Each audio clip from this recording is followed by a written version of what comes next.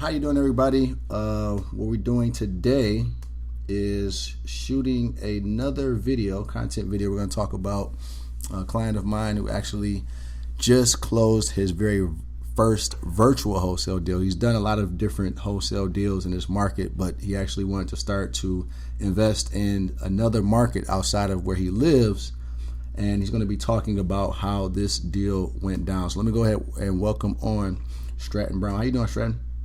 Good, man. How are you? Doing good, man. So I'm definitely proud of you, man. I mean, you stuck with it. You finally you had some different hiccups, and we'll talk a little bit about that with some other leads that came in. But what I want to talk about today really is this actual deal that you found, the process, how you found the buyer, the whole nine. So let's talk about, first off, how'd you acquire this lead? It was direct mail.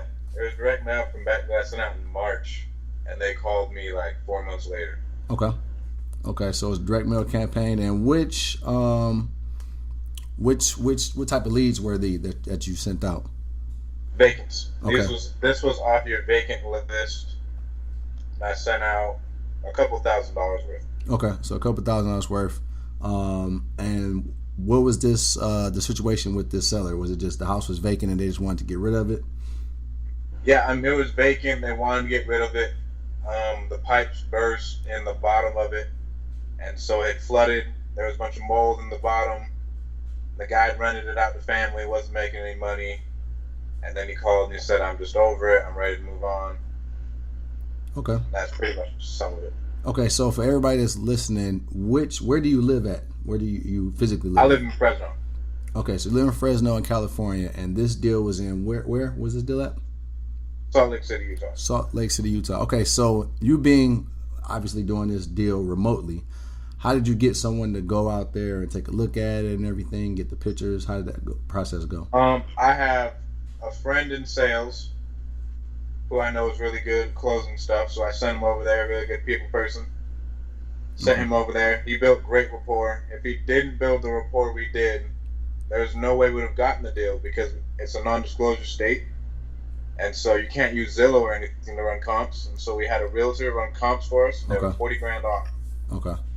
And so we had to go back and reprice negotiate down $40,000. And Wow. If it wasn't for the relationship we had, we wouldn't have been able to get it because we still got $5,000 or $10,000 off of what the highest offer was. Wow, that's crazy, man.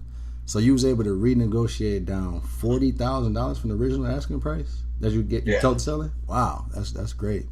Yeah, that's the thing that's important with, like you said, running rapport, building that rapport with sellers, man. Because I mean, we see it time after time, being able to negotiate prices down. But like you said, if someone had, you said someone had offered $10,000 more. Yeah, like $5,000 or $10,000 more. At the end, he was like, "I feel like I'm leaving money on the table, but I feel like because of the relationship you've built with us, that I'm weighing relationship and money at the same time." Gotcha. And he ended up going with us. Okay. All right. So then you got what you sent the contract over via fax, email, or did you have your partner? DocuSign. Okay. So fine. Got the contract signed. How did you go out about finding a buyer for the property? I sent it out to my entire buyers list. I have a website that brings in buyers for me pretty consistently. Okay. And it wasn't that good. I wasn't really getting a lot of bites. And then I had MLS access a couple months ago, and I called a cash buyer on who bought something on the MLS. I called him. He's like, "Yeah, we're always looking to buy." I sent it to him. He was like, "Yeah, I think we could work if we could JV this thing." Perfect. And so, yeah, I mean, I found him off of the MLS just by searching cash buyers. Wow. Okay. That's where I found him. Oh, perfect. All right. So that's another tip for you guys. If you're looking for finding buyers, is just go on MLS. You find some buyers that way. Which is something that we always do too, besides listing our deals. So, all right, you found a buyer. So the process of getting everything closed remotely, how did you find the title company? I got in contact with, I went to Utah just to network, and I called every single Craigslist ad that was in Salt Lake saying we buy houses, just to network and connect. Okay. And then eventually I met a dude through Bigger Pockets. I hopped on the phone with him, talked to him for a little bit, and then I just asked him, like, "Hey, what are the title companies you use?" He gave me 3 of them.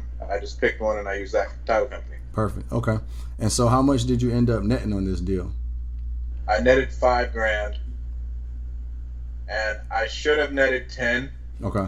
On that price negotiation. I should have negotiated a little bit harder on the seller's end. Okay. And then with the end buyer, I should have negotiated a little bit harder. Okay. So lesson learned. At the end of the day, you still walked away with some money, so that's good. Now you understand the process, and I'm pretty sure you feel more confident that you can go out there and do this business virtually, pretty much in any market. Oh yeah, for sure. Okay. So anybody that's listening that may be thinking about getting into the mentorship program, what advice or what would you give them, saying your feedback on working with me one-on-one? Man, you got to do it just for the fact. I mean, I've done deals before, but going into it virtually is a little bit new for me. And then having Chris to bounce just ideas off of and ask him. I mean, even if I only had to ask him 2 questions, it saved me $5,000 because I'd box her and be like, hey, what about this, this, and this? And he was like, oh, no, or yeah. And then if I didn't have him to ask those questions, it would have extended my time of just trying to like spin my wheels and make something happen. And then I could have lost the deal. Gotcha. And so having him just there to talk to was worth every penny. All right. And so anybody that has some properties in Salt Lake City, Utah, or even Fresno, how can they get in contact with you? You can follow me on Instagram, StratDaddy, 2 T's, 2 Y's, and my email is DeseretPropertySolutions@gmail.com. All right. Appreciate you, man. Stratton, I appreciate the hard work that you put in, and you're just a living testimony of how this business can work. So good job. All right. Thanks, man. All right.